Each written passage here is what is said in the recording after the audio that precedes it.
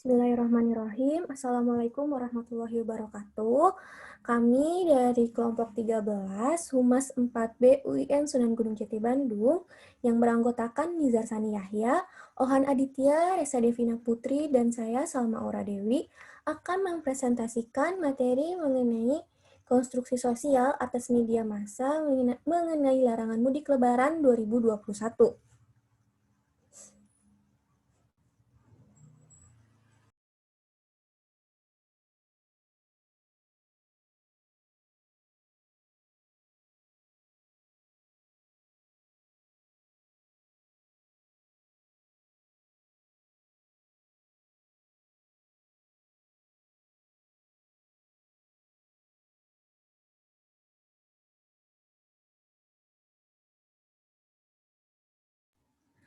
Oke. Sebelumnya ada latar belakang dari mengapa kami kelompok 13 memilih kasus dari larangan mudik Lebaran 2021 ini, yang mana kami masukkan kepada teori konstruksi sosial atas media massa. Latar belakangnya yaitu mudik sudah menjadi tradisi masyarakat Indonesia dalam menyambut Lebaran. Masyarakat yang sedang merantau di luar kota pun kembali ke kampung halamannya untuk merayakan hari Lebaran bersama dengan sanak keluarga. Setiap tahunnya, seluruh transportasi baik darat, laut, hingga udara dipenuhi para pemudik, mulai dari H-7 sampai H+7 Lebaran. Mudik berasal dari kata udik yang berarti desa, sehingga dapat diartikan bahwa mudik adalah pulang kampung, yang mana biasanya itu dilakukan menjelang perayaan hari besar keagamaan, ataupun yang bisa kita sebut Hari Raya Idul Fitri. Namun, berbeda dengan tahun ini, pemerintah memutuskan untuk mengadakan larangan mudik. Hal itu sejalan sebagai langkah antisipasi penyebaran COVID-19 yang lebih luas lagi. Mudik dapat menjadi penyebaran virus ke berbagai daerah di Indonesia, bahkan yang belum pernah terkena sekalipun, karena COVID-19 ini tidak mengenal batas teritorial. Di dalam mudik, terdapat proses perpindahan masyarakat atau migrasi secara besar-besaran, yang kemungkinan penyebaran COVID-19 tersebut dapat terjadi. Kementerian Perhubungan bekerja sama dengan kepala daerah di berbagai daerah agar aturan ini dapat berjalan secara efektif. Tak hanya bekerja sama dengan kepala daerah, Kementerian Perhubungan juga bekerja sama dengan para media untuk mensosialisasikan aturan ini.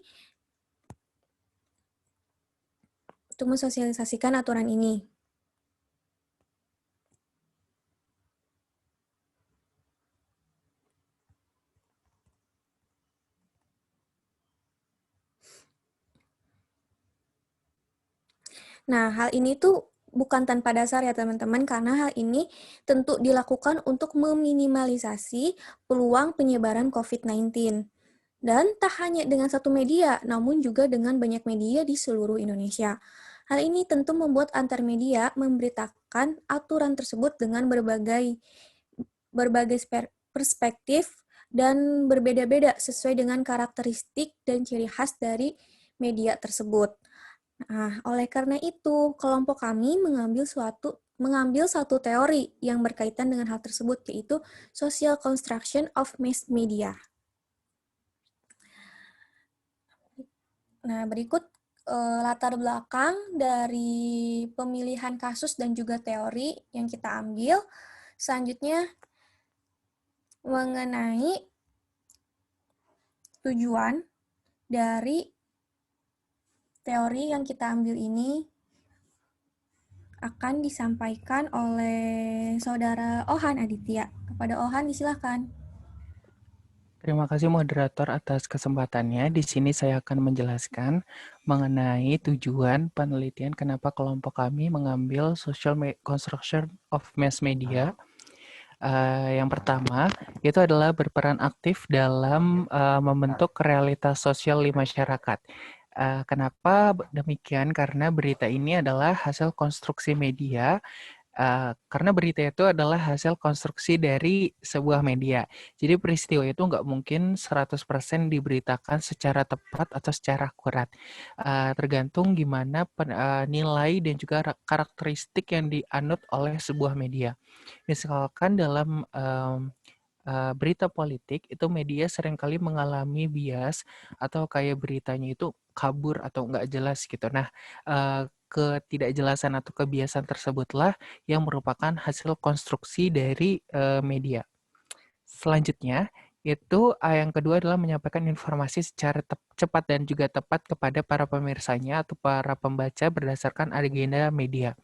Jadi ini itu berdasarkan pada teori agenda setting yang digagas oleh Max McCombs dan juga Donald Shaw di tahun 1972, di mana media itu masyarakat itu menganggap penting apa yang media anggap penting. Jadi tujuan yang kedua ini media harus bisa secara cepat dan juga tepat menyampaikan informasinya kepada para pembacanya. Nah, seperti di teori agenda setting, di mana apa yang dianggap penting oleh media maka akan juga dianggap penting oleh masyarakat. Sehingga apa yang diberitakan oleh media itu akan secara langsung atau tidak langsung berpengaruh terhadap masyarakat. Informasi yang diberikan itu nggak cuma secara cepat aja, karena sekarang kan banyak informasi yang cepat tapi tidak diketahui kebenarannya gitu. Tapi juga secara tepat di mana media ini harus bisa menyampaikan informasinya itu secepat mungkin kepada masyarakat. Nah, kalau mengatakan cepat itu bisa dibilang relatif karena misalkan media online atau siaran televisi itu kan bisa secara langsung liputannya secara live. Jadi bisa melaporkannya peristiwa secara langsung. Jadi bisa informasinya pun bisa langsung diterima dan diberikan kepada masyarakat. Beda lain halnya dengan media konvensional atau media cetak kayak koran gitu. Jadi cepat untuk media koran adalah itu dalam kurun waktu tertentu, misalkan bisa terbit secara harian atau bahkan mingguan, karena dalam koran itu diperlukan proses aktualisasi atau mencari kebenaran suatu peristiwa untuk disampaikan nantinya kepada masyarakat gitu. Yang terakhir adalah menjelaskan hubungan antara tingkatan mikro dan juga proses makro. Nah, teori konstruksi media ini erat banget kaitannya dengan komunikasi. Jadi setiap individu itu bisa menciptakan dunia sosial melalui kata-kata, tindakan, atau produk media. Nah, sangat tepat untuk menjelaskan di atas karena tingkatan mikro seperti kata-kata, gambar, atau tindakan tertentu itu digunakan untuk menyelidiki atau menindaklanjuti proses makro yang mencakup suatu struktur atau institusi tertentu. Misalnya bagaimana seseorang menggunakan kata-kata untuk menggambarkan tempat tertentu. Dari hal tersebut, lawan bicara itu mampu mengasumsikan atau menangkap pesan apa yang orang tersebut katakan. Kalau ngomongin tentang komunikasi, pasti kita juga akan membahas tentang public relation. Nah, teori konstruktivis atau teori konstruksi sosial ini juga berpengaruh terhadap bidang public relation. Digunakan untuk penelitian atau riset yang dilakukan oleh PR karena sebuah teori itu dapat membantu memahami sebuah perspektif lebih dalam lagi. Teoritisi PR itu sudah banyak mengimplementasikan beragam teori dari berbagai disiplin ilmu, seperti teori sistem yang berasal dari agenda sosiologi dan juga teori sistem yang berasal dari sosiologi dan organisasi, agenda setting yang berasal dari komunikasi, pendekatan relationship management yang berasal dari teori situasional James Kronick dan juga Todd Hahn, teori tentang opinion, attitude, and belief, teori retorika, teori audience and media effects, social learning theory, social exchange theory, dan masih banyak lagi. Dan salah satunya adalah social construction of mass media ini. Dalam pengaplikasiannya dalam kehidupan sehari-hari, teori itu bisa digunakan untuk membangun citra, opini, corporate culture, brand image, public loyalty, dan lain sebagainya untuk publik sasaran dari misalnya kayak sebuah perusahaan. Proses eksternalisasi, objektifikasi, dan internalisasi yang nanti akan dijelaskan itu dapat digunakan untuk merumuskan strategi dan perencanaan program yang tepat untuk halayak. Sekian tujuan penelitian dari kelompok kami, saya kembalikan kepada moderator. Baik, terima kasih kepada Saudara Ohan atas pemaparan materi, atas pemaparan dari tujuan penelitian kami. Lalu selanjutnya mengenai teori yang kita ambil akan disampaikan oleh Saudara Nizar Sani. Untuk Saudara Nizar Sani disilahkan. Terima kasih Salma Aura sebagai moderator. Bismillahirrahmanirrahim. teori awalnya teori komunikasi sosial media massa atau social construction of mass media berasal dari teori konstruksi sosial atas realitas diperkenalkan Peter L. Berger dan Thomas Luckman yang mengatakan bahwa pada dasarnya realitas sosial dibentuk dan dikonstruksi manusia. Beberapa hal yang menjadi asumsi dasar yaitu satu, realitas merupakan hasil ciptaan manusia kreatif melalui kekuatan konstruksi sosial terhadap dunia sosial yang dikelilingnya. Yang kedua, hubungan antara pemikiran manusia dan konteks sosial tempat pemikiran itu timbul, bersifat berkembang, dan dilembagakan. Yang ketiga, kehidupan masyarakat itu dikonstruksi secara terus-menerus. Yang keempat, membedakan antara realitas dengan pengetahuan. Realitas diartikan sebagai kualitas yang terdapat di dalam kenyataan yang diakui sebagai memiliki keberadaan yang tidak bergantung kepada kehendak kita sendiri. Sementara pengetahuan didefinisikan sebagai kepastian bahwa realitas itu nyata atau real dan memiliki karakteristik yang spesifik. Proses konstruksi dilihat lanjut. Proses konstruksi dilihat dari perspektif teori Berger dan Luckman berlangsung melalui interaksi sosial yang dialeksi dari tiga bentuk realitas yang entry konsep, yakni subjektif reality, symbolic reality, dan objektif reality. Selain itu berlangsung dalam suatu proses dengan tiga momen simultan: eksternalisasi, objektifikasi, dan internalisasi.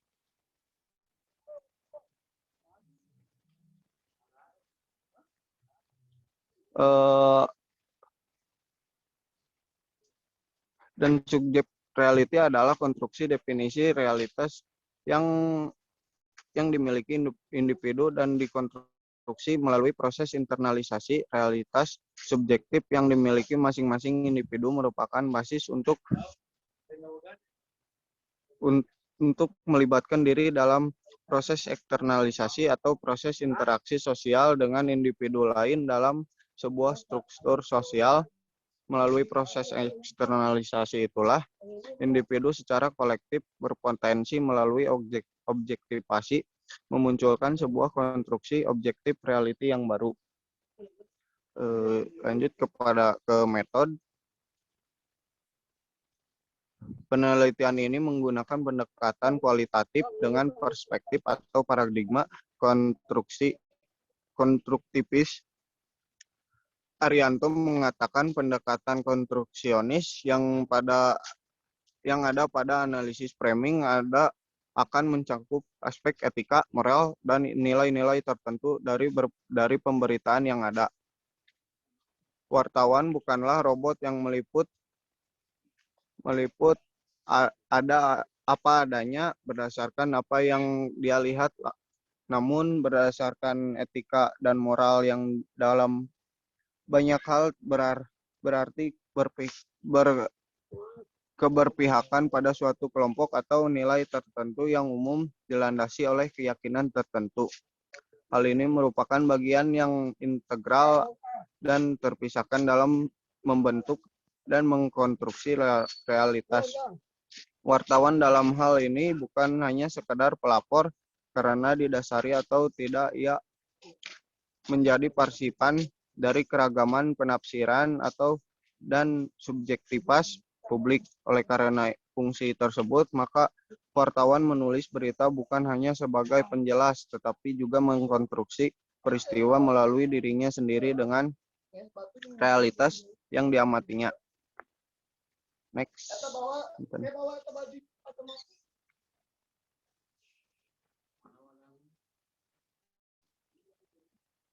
Next, punten.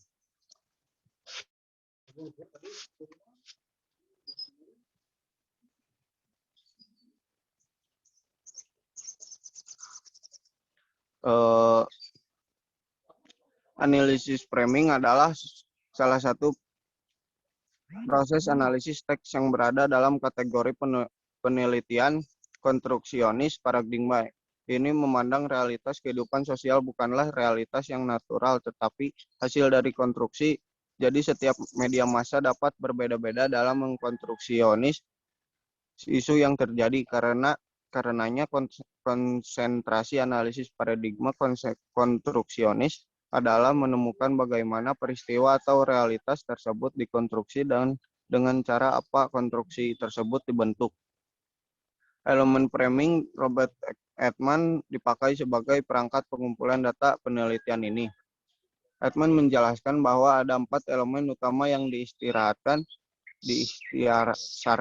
dalam tabel di bawah berikut ini.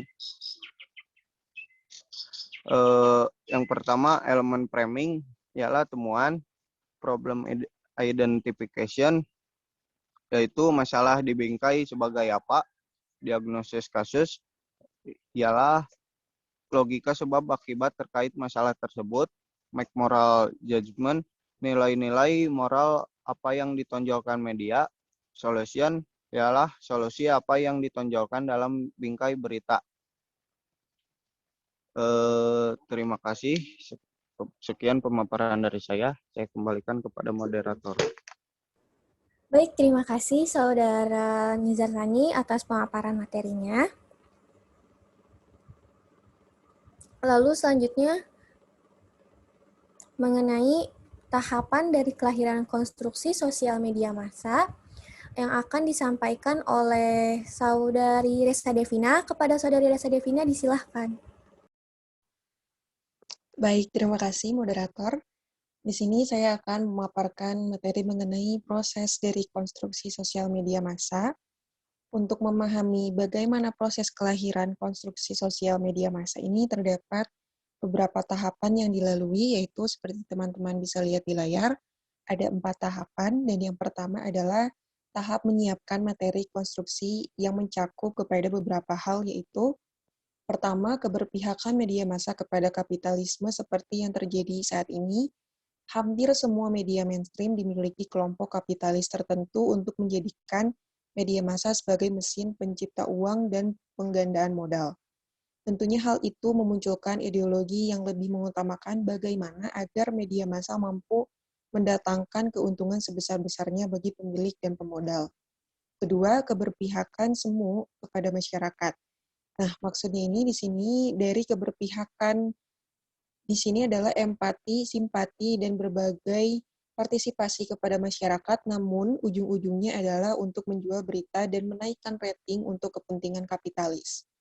Dan yang ketiga adalah keberpihakan kepada kepentingan umum. Dalam artian sesungguhnya adalah visi setiap media massa, namun fakta di lapangan hanyalah sebatas jargon atau slogan saja. Dan yang tahap kedua adalah tahap sebaran konstruksi, yaitu dilakukan masing-masing media massa dengan strategi yang berbeda, namun prinsip utamanya adalah real time. Media elektronik seperti yang kita ketahui ini memiliki konsep real time yang berbeda dengan media cetak karena sifatnya ini langsung atau live. Maka yang dimaksud dengan real time di sini adalah media elektronik yang seketika menyiarkan, lalu seketika itu juga pemberitaannya sampai kepada pemirsa atau pendengar. Lalu tahap yang ketiga yaitu tahap pembentukan konstruksi yang terdiri dari 2 tahap. Nah, ini yang pertama pembentukan konstruksi realitas pembenaran sebagai suatu bentuk konstruksi media massa yang terbentuk di masyarakat cenderung membenarkan apa saja yang tersaji di media massa sebagai suatu realitas kebenaran. Selain itu, kesediaan dikonstruksi oleh media massa yaitu sikap generik dari tahap pertama. Maksudnya di sini bahwa pilihan orang untuk menjadi pembaca dan pemirsa media massa adalah karena pilihannya sendiri untuk bersedia pikiran-pikirannya dikonstruksi oleh media massa. Selain itu, menjadi konsumsi media massa sebagai pilihan konsumtif, di mana seseorang secara habit maksudnya tergantung pada media massa. Media massa adalah bagian kebiasaan hidup yang tidak bisa dilepaskan. Tahap kedua, yakni pembentukan konstruksi citra, Di sini bagaimana konstruksi citra pada sebuah pemberitaan ataupun iklan. Konstruksi citra pada sebuah pemberitaan biasanya disiapkan oleh orang-orang yang bertugas di dalam redaksi media massa, mulai dari wartawan, editor, dan pimpinan redaksi. Pembentukan konstruksi citra ialah bangunan yang diinginkan oleh tahap-tahap konstruksi, di mana bangunan konstruksi citra yang dibangun oleh media massa ini terbentuk dalam dua model, yaitu ada model good news dan bad news. Model good news adalah sebuah konstruksi yang cenderung mengkonstruksikan suatu pemberitaan yang cenderung baik, sedangkan model bad news, yaitu sebaliknya sebuah konstruksi yang cenderung mengkonstruksikan kejelekan atau memberi citra buruk pada objek pemberitaan. Kita beralih ke tahap yang terakhir, atau tahap selanjutnya itu tahap konfirmasi. Nah, ini tahapan di mana media massa maupun pembaca dan pemirsa memberikan argumentasi dan akuntabilitas terhadap pilihannya untuk terlibat dalam tahap pembentukan konstruksi. Nah, maksudnya di sini, terdapat dua perspektif antara media, pemirsa, atau pembaca.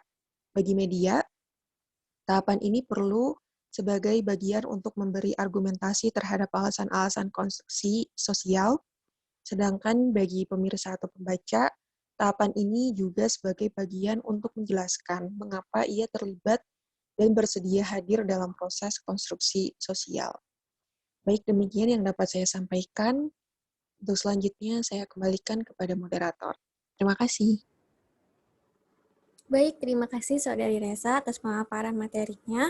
Terus selanjutnya mengenai hasil dari penelitian yang akan disampaikan, yang akan dipaparkan oleh Saudara Ohan Aditya. Kepada Ohan, disilahkan. Terima kasih kembali moderator. Di sini saya akan menjelaskan hasil analisis dari kelompok kami. Kami menganalisis 3 media, yaitu CNN Indonesia, Tribun News, dan juga Liputan 6. Ya, yang saya akan sampaikan adalah hasil analisis dari www.liputan6.com dengan judul "Jangan lupa larangan mudik lebaran 2021 mulai berlaku hari ini 6 Mei 2021". Untuk sumbernya bisa dilihat dari liputan6.com. Tanggal pemberitaannya tanggal 6 Mei 2021, elemen framing itu temuan, keterangan, dan interpretasi.